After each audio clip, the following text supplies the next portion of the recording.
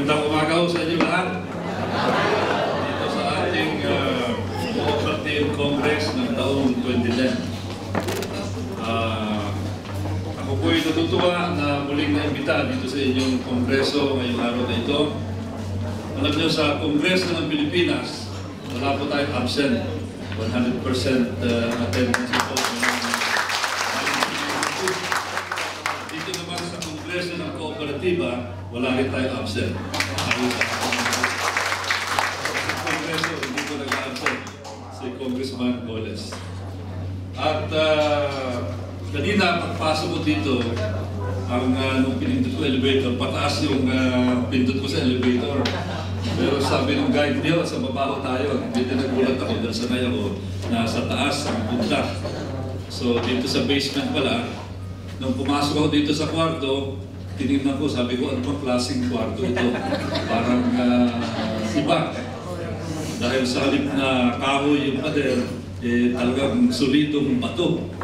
Ano kaya ito? Air raid shelter ba ito ng pagkor? O kaya pagkuhan ng pera? Pero ano man ito, kung ito ay air raid shelter, maganda sapagkat ang ibig sabihin yan, matibay at malakas yan ang diwa ng kooperatiba.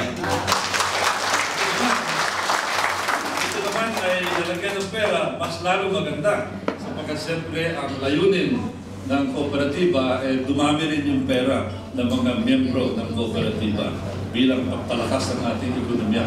Kaya magandang simbolo ito ng kooperatiba itong lugar na inyong napili. Palagay ko, pagkatapos ito, lalong lalakas ang swerte ng kooperatiba sa Parañaque. Now I would like to greet the luminaries na presente ngayon. Siyempre, ang ating chairman ng Parañaque Cooperative Development Council, matagal mo ng kaibigan, si Kaano Santa Aguida. Bagong natin sa state, binigyan naman ng pasalubong. Ewan ko, di ba? Binigyan ng pasalubong.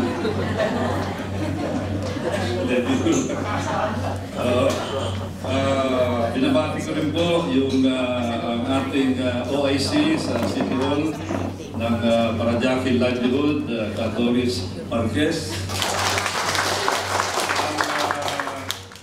Ang kinatawan ng RCDC, chairman ng RCDC, Rose Cañadido.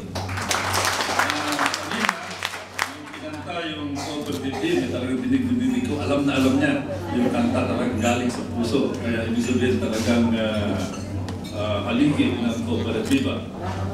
Binabati ko din si Ponso Quinto, chairman ng USMC, PFW. Chairman ng Parañaque FCC Federation, President Cooperative, at ang mga kailangang kaibigan si Ka-Evelyn Luching, ang chairman ng Parañaque City Union Cooperative.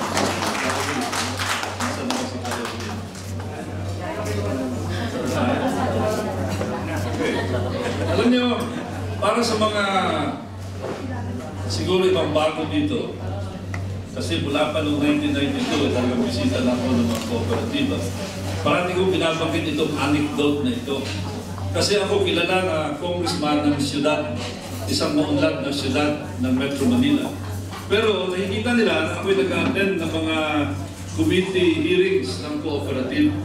At minsan, meron isang committee hearing, meron pong isang congressman galing sa probinsya at nagsabi, Roy, huwag ka na makialam dito sa committee na ito, hindi naman relevant sa iyo sapagkat cooperative ito, pang probinsya ito, hindi ito pang siyudad.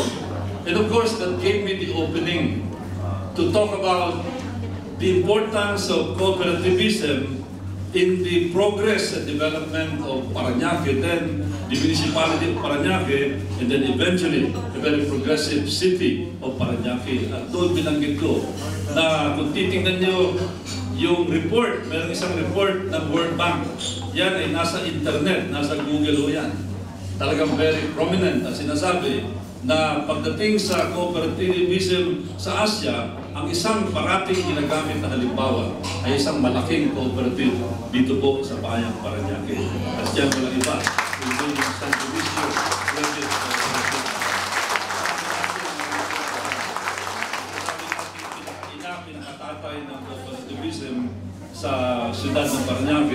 ang Parañaque Credit Cooperative. At siyempre marami pang iba. At napansin ko rin, nung binabanggit yung mga pangalan ng mga cooperatives, may mga dati na, pero maraming bago. At yan ay nakakatawa, ibig sabihin talaga nag-expand po tayo. Kaya nais kong sabihin na patuloy ang pagsuporta ng inyong congressman ng 2nd District na dating congressman din sa loob ng 9 na taon, sa loob ng 3 termino ng Lone District ng Parañaque na sakop yung buong Parañaque. Kaya po sa aking paglilingkod sa siyudad ng Parañaque, 9 na taon po ang pinaglingkod ko doon sa mga bayan, mga barangay sa 1st District ng Parañaque. Ako'y nagpapasalamat na kahit na ngayon, kasi medyo matagal na sa aking pagpasok dito, marami pa rin bumati sa akin at pinaalala sa akin yung pagtutulungan na naganap ng congressman ng Lone District ng Parañaque sa lahat ng mga lugar sa 1st District.